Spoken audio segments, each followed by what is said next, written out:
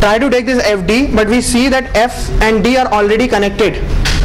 So this, if we take this edge, this will result in a loop, and anyhow if they are already connected, we need not take this edge because we are trying to construct the minimum spanning tree.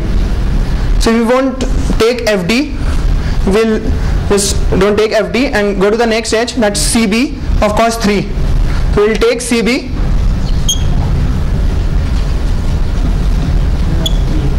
The next is of cost 5, A and B.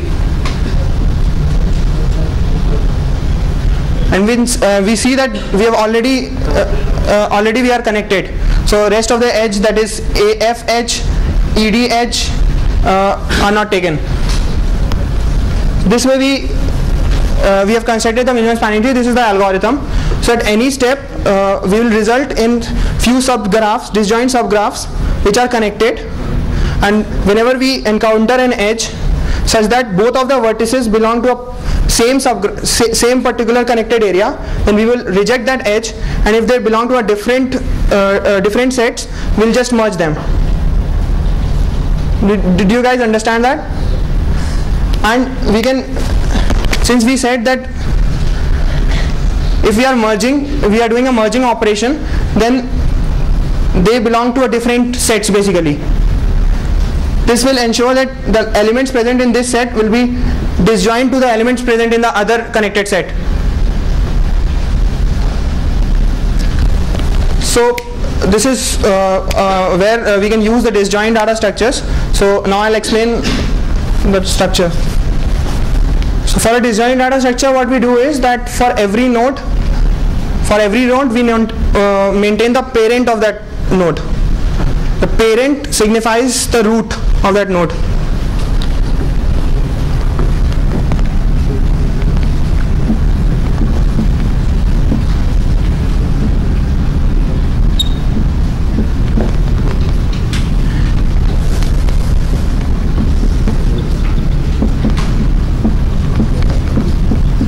So let's suppose there are 6 nodes, and each node initially the parent of that node is that node itself.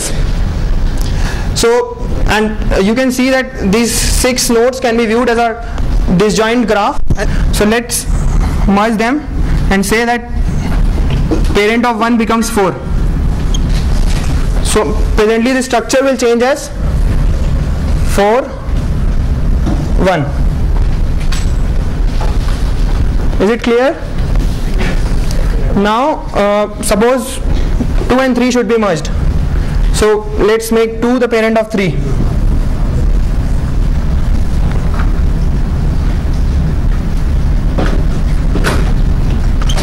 Okay. So each time we are doing a union operation. This is a union operation every time I'm doing. So now we have 4 separate disjoint structures, 4, 1, 2, 3 connected, and the rest 5 and 6 are not connected. Suppose there is another operation in which we merge 5 and 3, and let's assume we make 3 as the parent.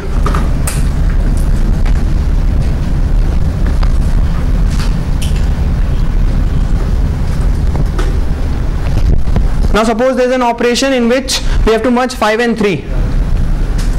Now since we have to merge 5 and 3, they are already in the same set. So there is no point merging them again. So at any step we need to know that whether they belong to the same set or not. We have to query that if they don't belong to the same set, we will merge it. If they belong to the same set, we'll ignore the merge, ignore the union, because they are already united. For this we use the find function.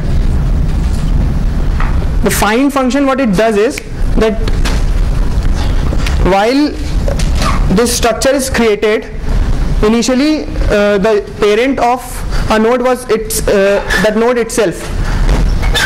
But see, the 3 was merged earlier, 3 has a parent 2 and 5 has a parent 3 who has a parent 2. So the find function will return the root, that is the node which is parent to all the nodes in that particular subset. So whatever be the structure of this particular subgraph, but all of its node will have the same penultimate parent, same ultimate parent, that is 2. Even if some node is added here and then here, we'll have to go to the parent to parent to parent until we reach the ultimate parent. So this will be only one, because at each step, whenever we are merging two structures, we make one of the parents of the structure as the parent for both of them.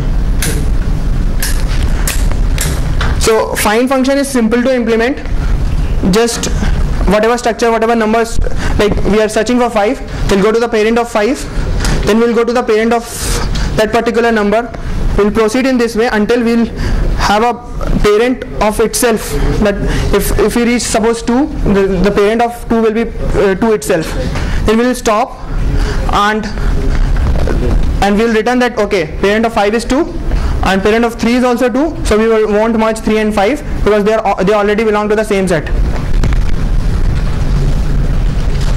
So find operation is like this. Union I already explained.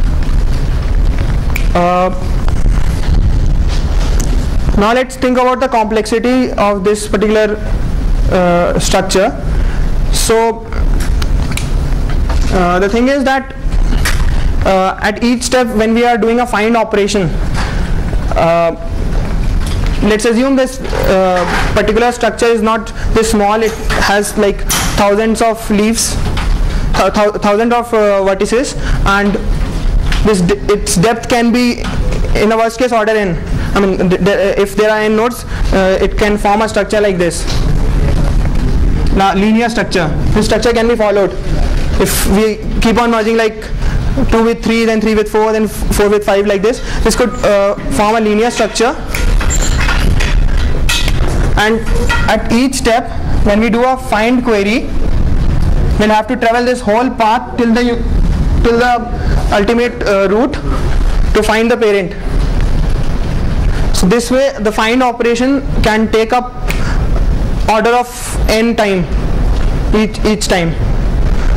To reduce this time, what we do is that we do a path compression. The technique, we follow a technique which is called path compression. So what we do in path compression is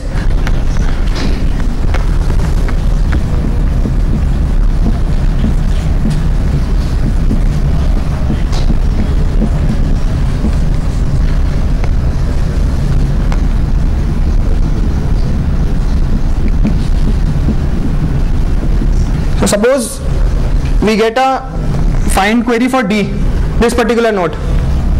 This particular node we get a find query. So we'll traverse this path D to C, C to B, B to A. At the same time, we see that whenever there will be a query for C, we'll only we'll be only requiring A, because at any step we need the ultimate parent. We will never require we will never require B as a parent for C. So what we can do is, whenever there is a query for anything, any particular node, we can update the parent for all the vertices which occur in this particular path. So that in the future, if at some point there is a query for C to merge, we'll not have to travel this B, we'll directly know that its parent is A. So this way we do this path compression. This complexity, which again it will appear to be that it's not order n or something in linear order, because if we are traveling for D, if we are dealing with D, we have to travel this path. But this particular path, if we travel once, we can use it afterwards.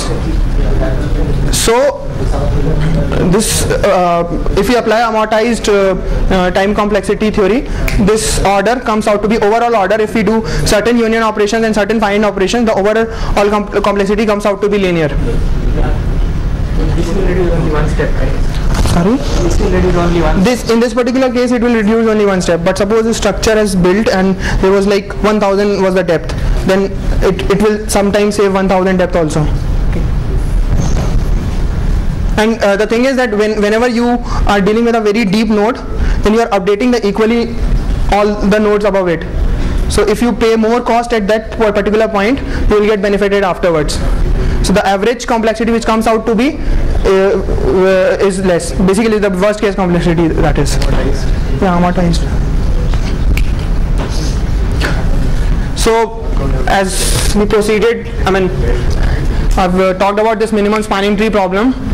I hope you can figure out that that's the same thing which we have to do for each node of the graph is this particular data structure, the parent of that particular node, that itself. At each step when you encounter an edge, take those two sets, find whether they are already connected. If the find function returns the same particular root, then those particular structures are already connected.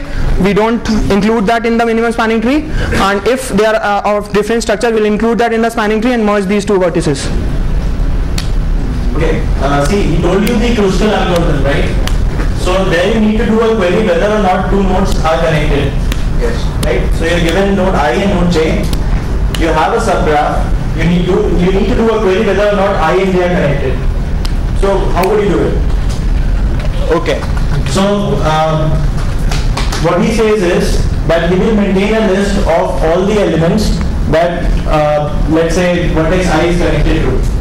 So whenever I need to check whether or not I and j are connected, I traverse the list of vertex I, and for every vertex I check whether or not it is equal to j. If I get a match, then I and j are connected. If I don't get a match, then nothing. First of all, we're not talking about direct connectivity. We're talking whether or not I and j are connected at all. Via any other vertices. So that would mean that if I have 2 and 3 and 4, so if I do a query of 2, 4, I should get a yes.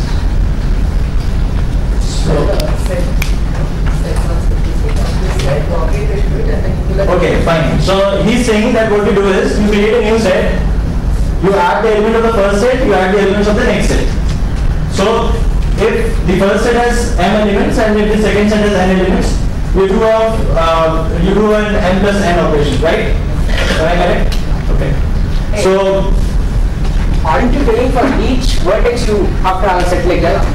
No, then okay. Suppose one tree is 1, 2. Suppose one tree is 1, 2. Another tree is 3, 4.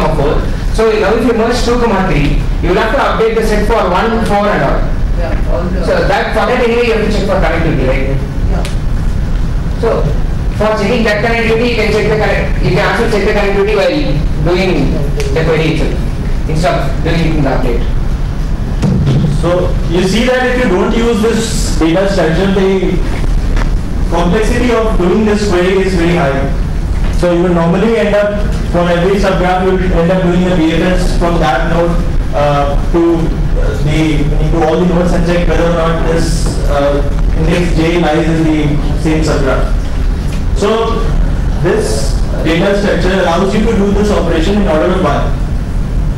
So you can check whether or not I and j are connected in order of 1 in constant time. So that is what the point of this data structure was. If any of you have still not understood how this data structure works, then please raise your hand, we'll explain it again. Yeah. See, the thing is that one of the ways to do that is that if you are updating it for E, suppose we have a query for E and we'll have to traverse this path. So you do it in a recursion way, call the function recursively, and when it's coming back, you can update the parent.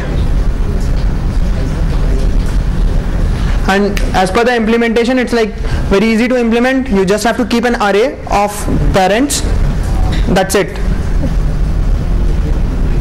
And but then what happens if it join two disjoint graphs?